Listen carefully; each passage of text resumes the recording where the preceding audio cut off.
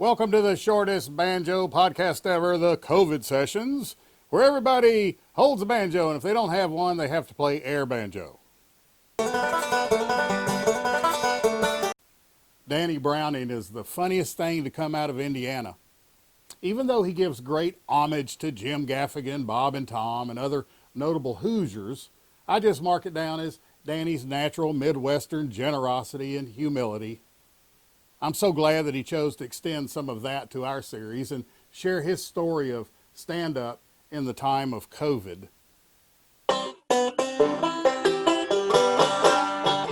Do your best is what I always say. Folks, gosh dang, we're here for another stimulating episode of the shortest banjo podcast ever, the COVID sessions. And I'm excited today because, as y'all know, we're going to be speaking with Mr. Danny Browning. Danny, say hello to everybody. Hello. I'm happy to be here. What an honor to be here with you, a Louisville comedy legend. Well, I'm telling you what, nothing is more exciting than the production value of what you've put together for your live stream tonight. So I know this is actually the back of a funeral home. Well, what happened, Danny? Are you okay? Is there something?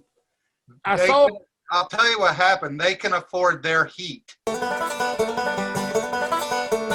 Where's your banjo? Oh, sorry. See, there you go. So we're going full on air banjo tonight. You didn't bring your banjo with you. I'm sorry, I didn't. Okay, all right. So are you ready? Let's just play together, and you have to use your mouth. You ready? Let's go. Hey, come on. Hey, ding, ding, ding, ding, ding, ding, ding, ding, ding, ding, ding, ding, ding. Ding ding ding ding ding ding ding ding ding ding ding ding. No, that is marvelous. Okay, that's enough. That's not true. See, no, I agree with that. I completely look. Indiana has the Indianapolis 500. That's about the most fun you'll get in an afternoon. Beyond that, this is one of the most backward states in the country. Man, up until a couple years ago, we couldn't even buy alcohol on Sundays. Yeah. Well, I went to Michigan and they were like, don't tell Trump jokes because this is a conservative area. And I'm like, there's a marijuana dispensary right next to my hotel. Like, I'm from a conservative area. This is like Bush Light of conservatism. Like, I like how Mike Pence, he was the cause of half of this. He grew up a Catholic altar boy. And that was not severe enough. The rules weren't severe enough with that. So he became a fundamentalist Southern Baptist Christian, which is the only place you can go to get more, votes. Yeah.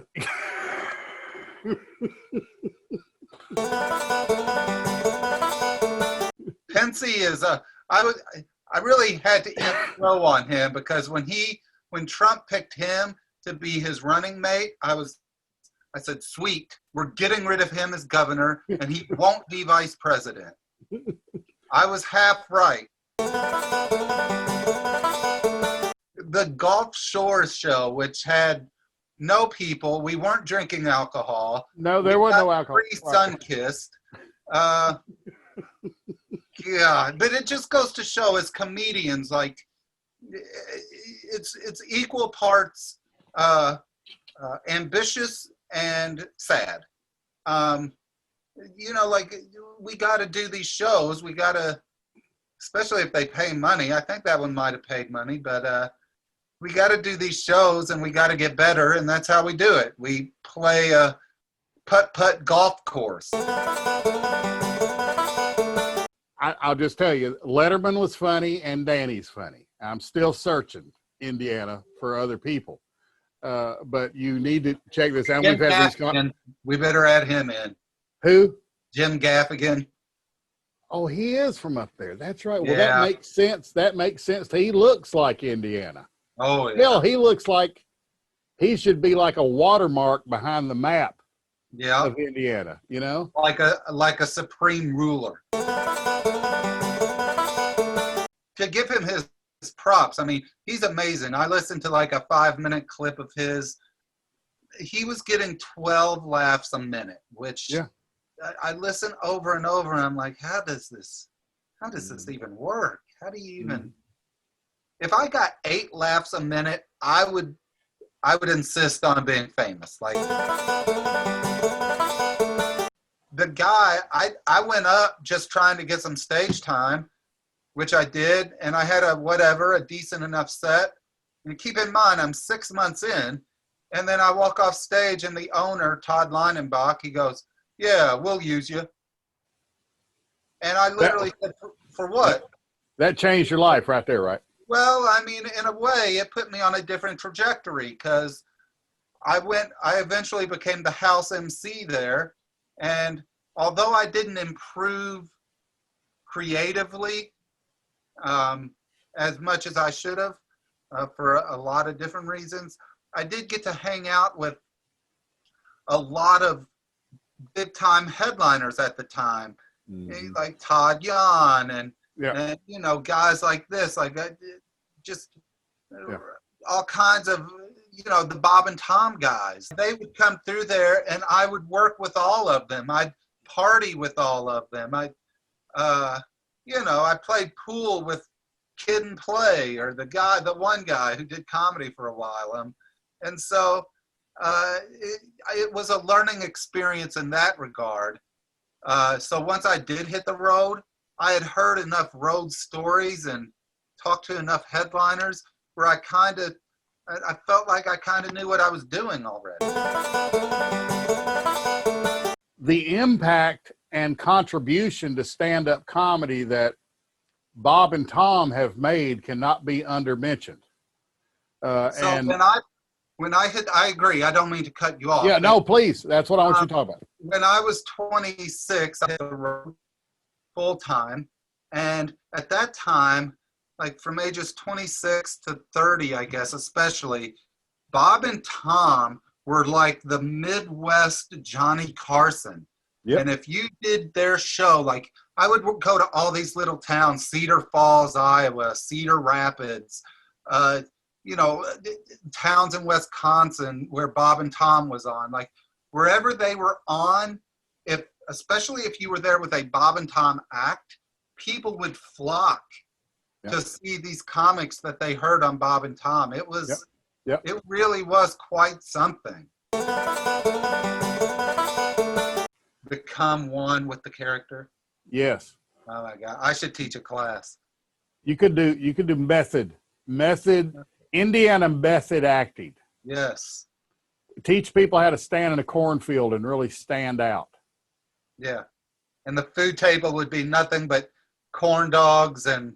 Yeah. But I got to say, corn dogs are one of the most underrated corns or dogs, either way you want to look at it, on the planet. They get a bad rap. You know? Were they invented in they should have been invented in India if they weren't. I mean, you would think. Now, I did hear, though, that like at the Texas State Fair, in a week, they go through like 1 million corn dogs. Or a million corn dogs. Insanely large number. Yeah. And it's like, phew. But I have a rule, though. I never eat them in public because it just doesn't. It doesn't. Yeah, they're awkward to eat. That's why you don't see them at business meetings. You're right. I know.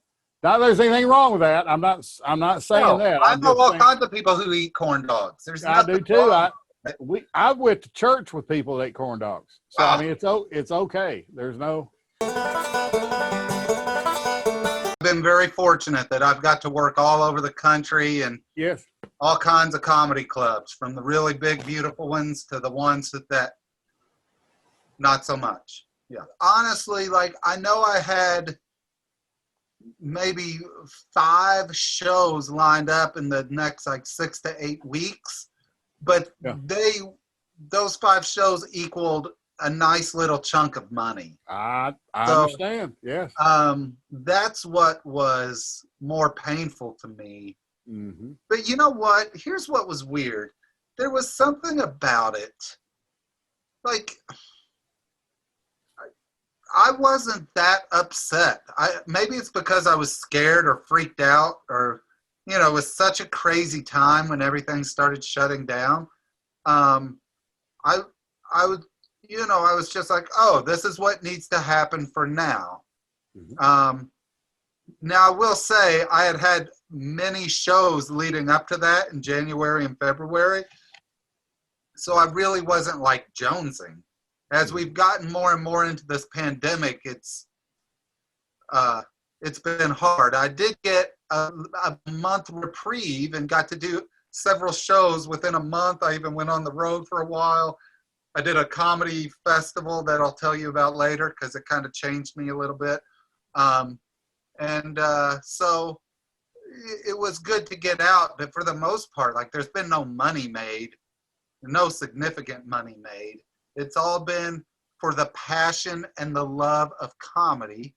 And that's what ultimately helped me decide that I wanted to keep doing this. Because if I'm willing to do it out of the love for it during pandemic, we're back to working for free, basically, small shows, if any. Even during pandemic times, I couldn't imagine my life without it. For me personally, because I did go through a little phase there, I don't know. Life changes. I don't have to tell you how life changes. And I just wasn't sure if it was something I should keep doing or not. And Yeah. I was back and forth. And then I did this clean comedy festival in June, I think, down in Nashville. And at the time, Nashville was a hot spot. And I hadn't really been on stage that much. And I put way too much thought into my bits. And in some ways, I was really disappointed. But I came out of it with a much more clear and precise view of where I wanted to go. I had much more clarity. And since then, it's really been fun. I've been able to stay really positive about it and have a real sense of it, that it's something I want to do. Was it the attempt at clean? I mean, I know you can work clean. No, it wasn't the attempt at clean. It was more, we only had very short sets, 3 minutes, okay. 4 minutes. Well, you hadn't done that. You hadn't done that in years. Well, Right. that, and honestly, when you're a road comic, when you live in the Midwest, you don't have the opportunity that a New York or LA comic has necessarily. I can't do 7 shows a night, 7 nights a week. If I could, I'd be famous. I have no doubt. Yeah. So you're learning how to do 15 minutes, 30 minutes, 45 minutes. Yep. And so I learned real quick that my act I just wasn't getting as many punchlines in that time as I felt like I should have been. Now, in retrospect, I should have been much easier on myself and just gone up there and had a good time. It maybe wouldn't have made any difference as far as the outcome, but I would have had more fun doing that. That's another lesson I learned is I gave too much power to the powers that be instead of just doing my thing. And but be that as it may, I came out of that with as I said, a more clear vision of where I wanted my comedy to go. And since then, I've really been writing to that regard and doing a lot of open mics when I can, and just, like completely reinventing myself, essentially. Comedy experience and those feelings behind you, and then all of a sudden now you've got a new palette to work with. Exactly. What a wonderful thing. And this is what the pandemic has done for me, is it was like a reset button. Look, it took a lot of, I told you this in a previous conversation, it took a lot of stress off of me when there were no other comics getting work either. You know, Right. I didn't have to worry about booking dates because Yeah. there were no dates to be booked. Right. So it was more of an opportunity to be like, okay, well, let's take a breather from that and take a step back and examine if this is something I want to do, which ultimately it is. And then from there, well, okay, what can I do to stay active creatively? What can I do to up my game, even though I'm not on stage? And I kind of, figured out the answers to that, and I've been doing that ever since. So when the clubs are fully back open and we get to go see a Danny Browning show, we're going to hear and see things that were the result of a semi-awakening in Nashville, Tennessee, as a result of a 3-minute set. Yes. Anybody who has seen me pre-pandemic, once they see it post-pandemic, I think hopefully there'll be growth there. I can already tell you there's been growth in my writing. The problem is I cut out a lot, and I went from having an hour to not having an hour, and it's been really humbling in a way to kind of I examine stuff and I'm like, man, I have 30 minutes at best right now, and it'll be a while. Once the clubs open up, we'll have to get back to like practicing, getting the act together and molding it exactly how it needs to be. But when that time comes, if I do it correctly, I'll have all the mold already. It'll just be a matter of putting it all together. And look at me, like I'm smiling like a goofball, but like I love comedy. I love the whole I've been doing it since I was 21 essentially, and I've known I've wanted to do it since I was a little kid. So it's the fact that we're at this point and I'm still like, yep, still really into this. It's really fun. It's the one thing in my life that makes me happy and sad at the same time sometimes. A lot of different kinds of comedy. Uh-huh. I'm not huge on, long bits with one punchline. I'm not big on that. What I like is your style, where you tell jokes. It's interesting. Thank you, by the way. I was just listening to a podcast earlier today with Conan and John Cleese.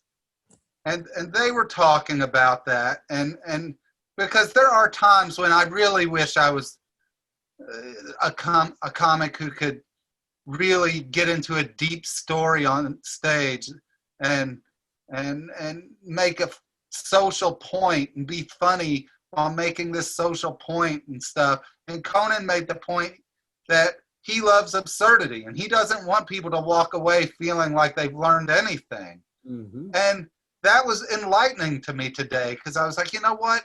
I am a type of person, I have my style. So rather than fight it, just kind of, hopefully I can embrace it more. If it's a little corny at times, then so be it. I'm a corny guy at times. So I know that's hard to believe. If you were to take on an animal persona to perform stand-up comedy, what animal would it be? In other words, you would wear an animal costume when you got up at the clubs. What would that animal be?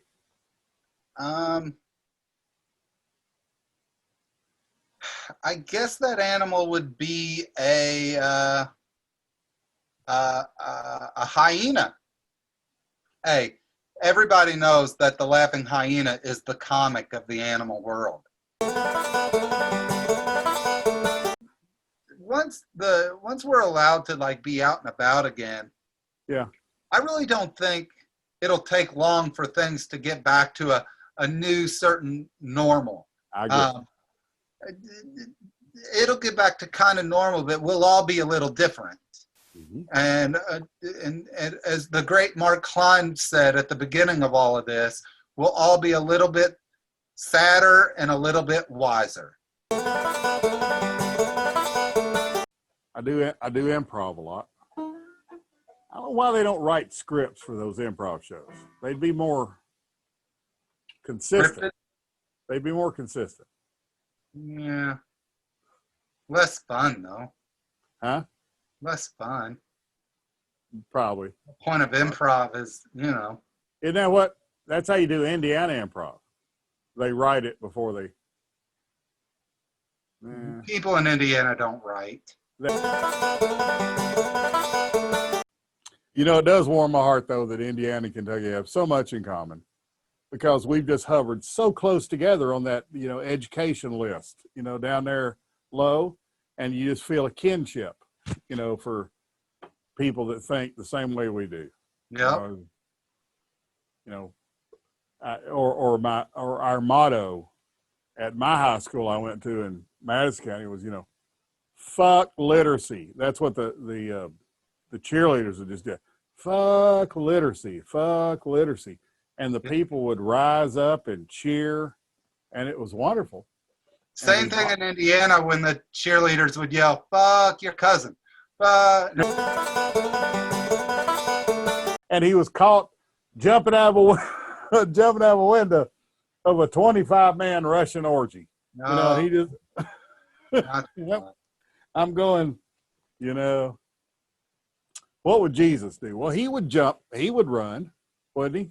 He would jump out and run. Perhaps.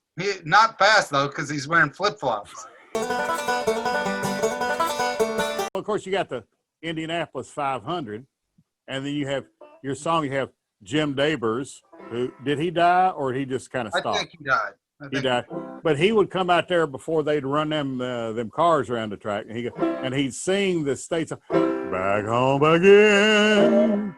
In Indiana, and it seems that I can see. You gotta play with me. Okay. The gleaming candlelight, still shining bright amongst the sycamores for me. The new mown hay in Indiana sends all its fragrance. When I think about the moonlight on the Wabash, I long for my Indiana home. So I really appreciate you, and I've had a great time on.